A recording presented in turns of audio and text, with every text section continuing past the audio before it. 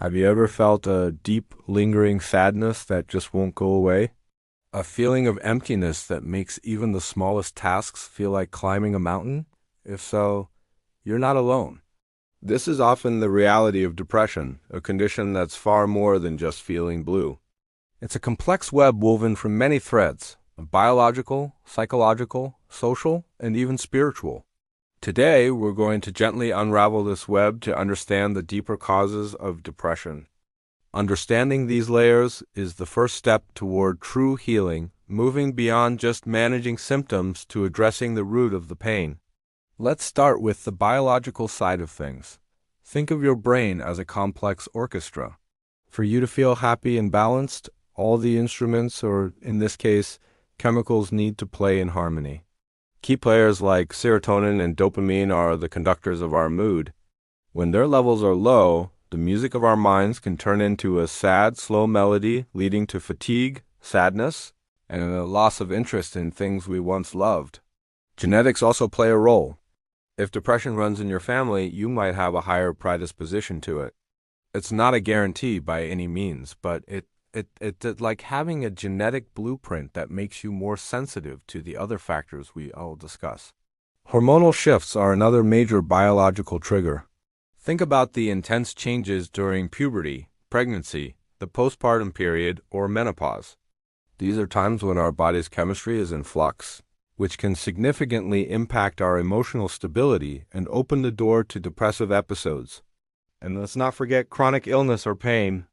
When your body is in a constant state of distress, it's only natural for your emotional well-being to be affected. The daily struggle can be emotionally exhausting and contribute heavily to feelings of hopelessness. Now, let's move from the body to the mind, the psychological causes.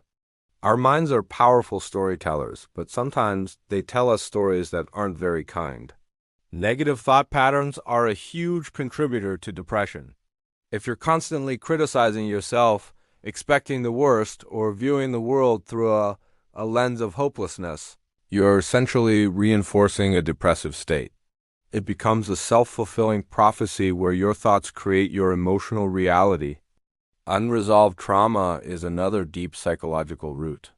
Painful experiences from the past like abuse, neglect, or profound loss don't just disappear. They can get buried deep within us, only to resurface later in life as depression, anxiety, or other emotional struggles. It's the mind's way of saying, hey, there's an old wound here that needs our attention. Closely tied to this is low self-worth. When you carry a deep-seated belief that you are unworthy or undeserving of happiness, it becomes nearly impossible to feel good. This feeling can make depression more severe and harder to overcome, as it sabotages any attempt to feel positive or accept love and support from others. Of course, we don't live in a vacuum. Our environment and social connections have a massive impact on our mental health. Stressful life events can act as a tipping point. Things like financial hardship, losing a job, going through a difficult breakup, or the death of a loved one can overwhelm our emotional resilience and trigger a depressive episode. Humans are wired for connection, so when we feel isolated or misunderstood, it can deepen feelings of loneliness and despair. A lack of a strong support system can make it feel like you refacing this immense struggle all by yourself, which is an incredibly heavy burden to carry. It's also important to acknowledge the role of substance abuse. While it might seem like a way to cope, using drugs or alcohol actually alters brain chemistry in a way that can significantly worsen or even cause depressive states, creating a vicious cycle that's hard to break. Our daily habits, our lifestyle also feed into our mental state. Think about the foundational pillars of health: sleep, diet, and exercise. When these are out of balance, it affects everything. Poor sleep disrupts our brain's ability to regulate emotions. A diet lacking in essential nutrients can starve our brain of the fuel it needs to function properly. And a sedentary lifestyle can lead to sluggishness, both physically and mentally. It's all connected. In today's world, we also have to consider our digital lifestyle.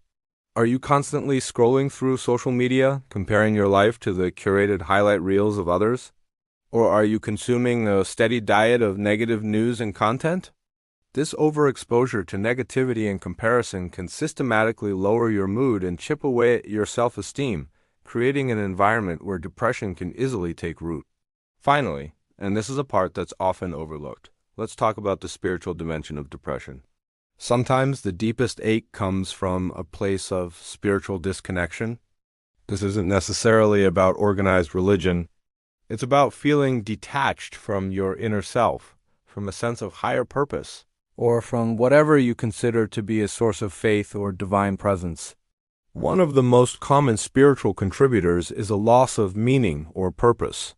When you feel like your life lacks direction, that you're just going through the motions without any real significance, it can lead to a profound sense of emptiness. You might ask yourself, what's the point of it all?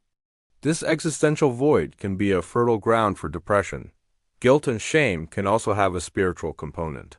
This is the feeling that you've somehow failed on a moral or spiritual level, that you've disappointed a higher power or violated your own deepest values. This spiritual burden can be incredibly heavy, leading to feelings of unworthiness and despair.